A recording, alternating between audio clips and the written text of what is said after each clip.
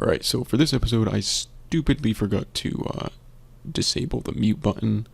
I forgot to turn on the microphone, so we're going to be having an episode where I just basically do a voiceover and kind of narrate over what I'm doing in the episode, because I didn't want to just scrap the episode entirely, because I do accomplish a bit in the episode, and I don't know, I've kind of done this in the past where I just scrap an episode. Like, I think episode 2 of the Subnautica series I kind of did that with, because the footage was corrupted and there was just too many things that were unfixable, and it just would have made a mess of an episode.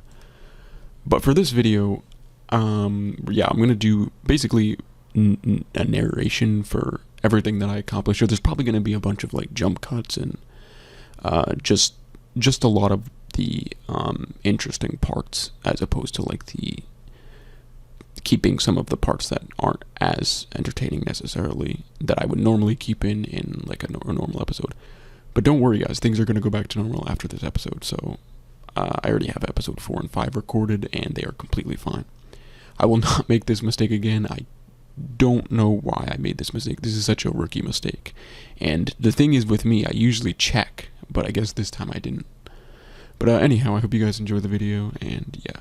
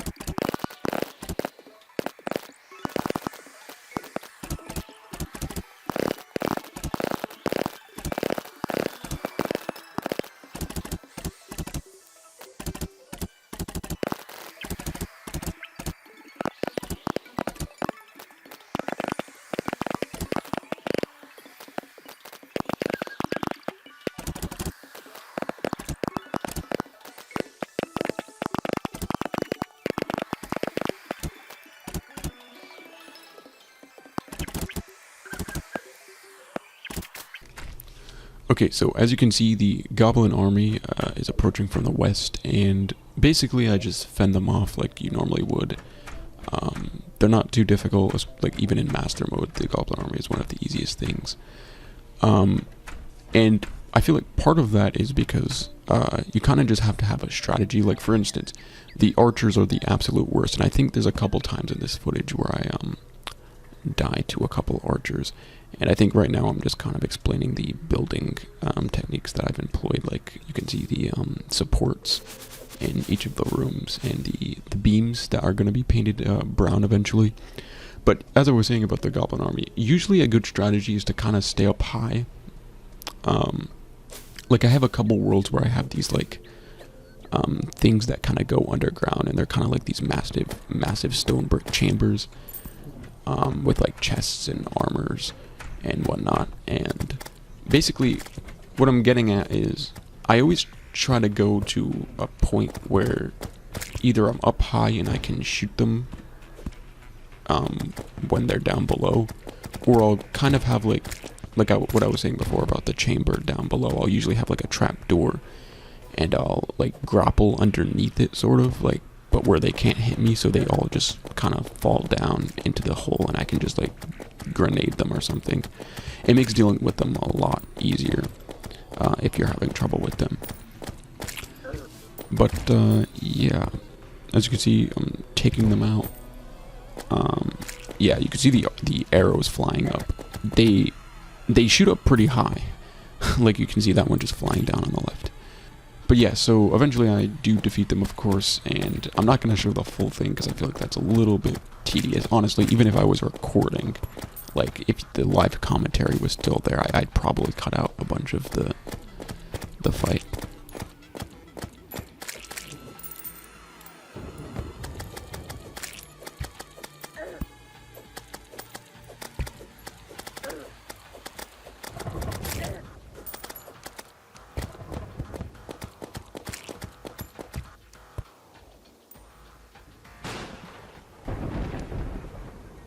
So basically here in the jungle, I just start gathering materials for like jungle armor, which includes stingers, jungle spores, and vines.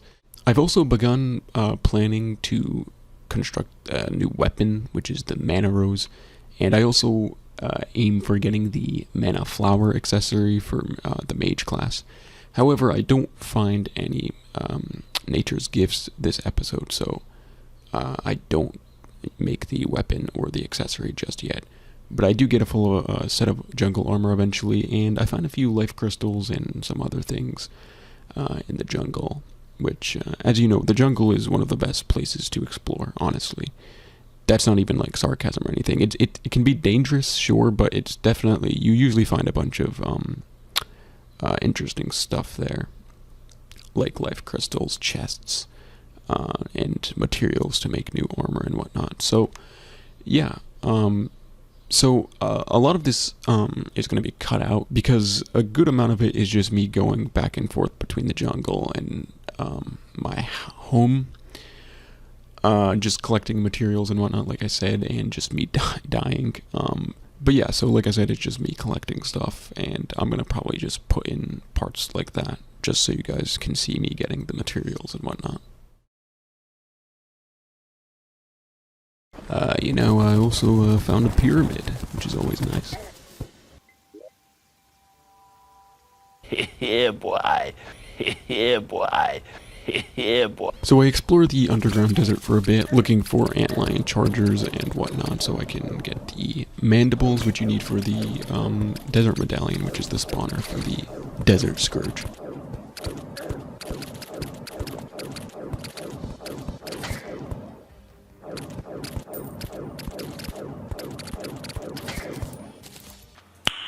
Nice. The most vital thing you will see in this episode, I bought a magic hat. Okay, so I attempt to fight the Desert Scourge boss, but it didn't go so well. Okay, so this is a clip of me finding one of the mini underground laboratories that you can get. So here I'm starting the construction of like a little basement area where I'm going to put the storage room and the chests and whatnot. And yeah, we get a message down at the bottom left.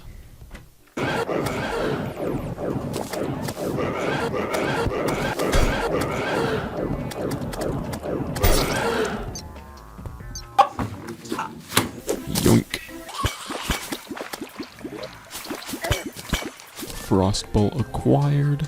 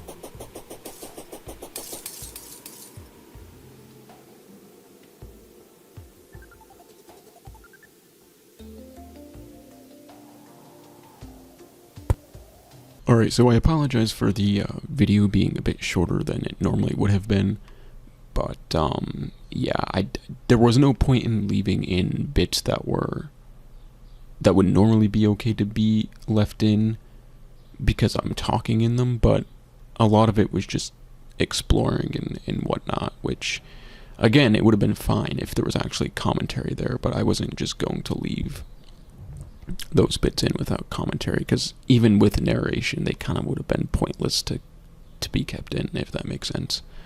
But anyhow, I hope you guys enjoyed the video nonetheless. Have a great day. See ya.